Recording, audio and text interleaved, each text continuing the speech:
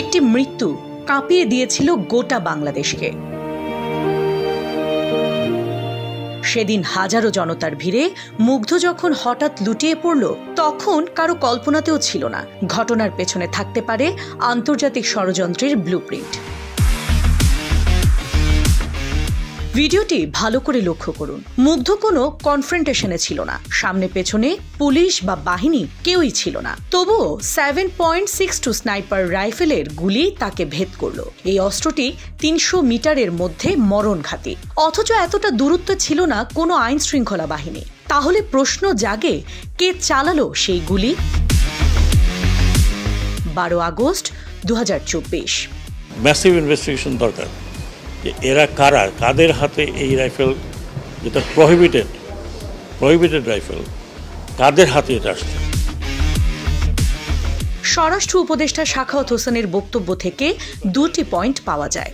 মরণঘাতী sniper rifle সিভিলিয়ানদের হাতে কিভাবে গেল, আর 7.62 স্নাইপার রাইফেলের ঘটনার ম্যাসিভ ইনভেস্টিগেশন দরকার। এর সূত্র ধরে ডেইলি স্টার তার এক রিপোর্টে প্রশ্ন তুলেছিল, ওই তরুণ কারা যারা পুলিশ র্যাবের ব্যবহার করা 7.62 স্নাইপার রাইফেল ব্যবহার করেছিল? কিন্তু এর পরে যা ঘটে তা ছিল আরও বিস্ময়কর। ব্রিগেডিয়ার সাখাওয়াতকে সরিয়ে দেওয়া হয় পদ থেকে। প্রশ্ন জাগে, কেন, কাদের স্বার্থে সিদ্ধান্ত?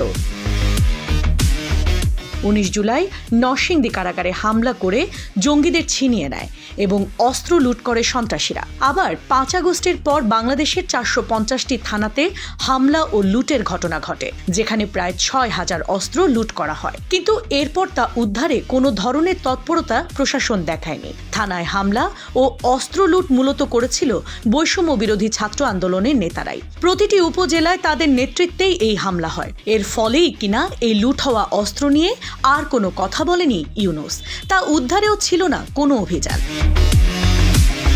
এর মাঝে 2025 সালের 12 মার্চের একটি ঘটনা টনক নাড়িয়ে দেয় দক্ষিণ এশিয়ার রাষ্ট্রসমূহের গোয়েন্দা বাহিনীদের। ওই দিন বিকেল 3:30 তুরাগ নদীর দক্ষিণ পাড় থেকে 20 রাউন্ড 7.62 বুলেট উদ্ধার করা হয়েছিল। তাতে লেখা ছিল BOF I-8E 7.62X39। এই জাতীয় 7.62 বুলেটের একটি অতীত ইতিহাস আছে, যে কারণে নড়ে চড়ে বসে সবাই। এই বুলেট 90-এর দশকে আমেরিকা সাপ্লাই দেয় আন্তর্জাতিক জঙ্গি সংগঠন লস্করে তৈয়বার কাছে।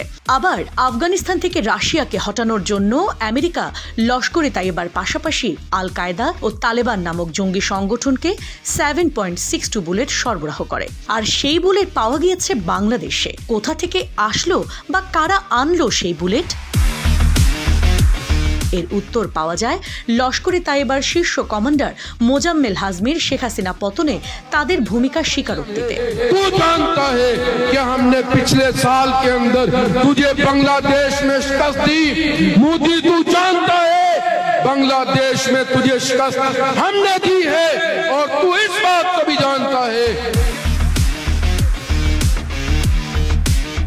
আর সে লক্ষ্যে সরবরাহ করা হয়েছিল স্নাইপার রাইফেল, বুলেট এবং অর্থ। এই সন্ত্রাসী ব্লুপ্রিন্ট বাস্তবায়নে একদিকে যুক্তরাষ্ট্রের CIA, অন্যদিকে পাকিস্তানের ISI কাজ করেছে ছায়ার মতো। আবার কিছুদিন আগে আইন উপদেষ্টা আসিফ নজরুলের সাথে শীর্ষ লস্কর নেতা কমান্ডার হারুন ইস্কান্দারের সাক্ষাৎ রাজনৈতিক ও জঙ্গি সংশ্লিষ্টতার ঘনিষ্ঠ যোগাযোগকে সামনে আনে। এদিকে গত 9 জুলাই আন্দোলনে ছাত্র জনতার উপর ব্যবহৃত স্নাইপার রাইফেল উদ্ধার করা হয়েছে নড়াইল থেকে। জুলাই আন্দোলনের প্রচার সেলের সদস্য সোহান মোল্লার বাসা থেকে এই অস্ত্র উদ্ধার করা হয়। নড়াইলের কালিয়া উপজেলা থেকে একটি 4.5 ক্যালিবারের স্নাইপার রাইফেল উদ্ধার করা হয়েছে। কিন্তু অবাক করা বিষয় হচ্ছে, এই অস্ত্রটিকে আগে ব্যবহৃত হয়েছে নাকি হয়নি, অথবা এটি কোন মাত্রার মরণঘাতী অস্ত্র, সে বিষয়গুলো নিয়েও লুকোচুরি খেলছে সেনাবাহিনী। প্রশাসনের তরফ থেকেও পুরো বিষয়টি চেপে যাওয়া হয়েছে।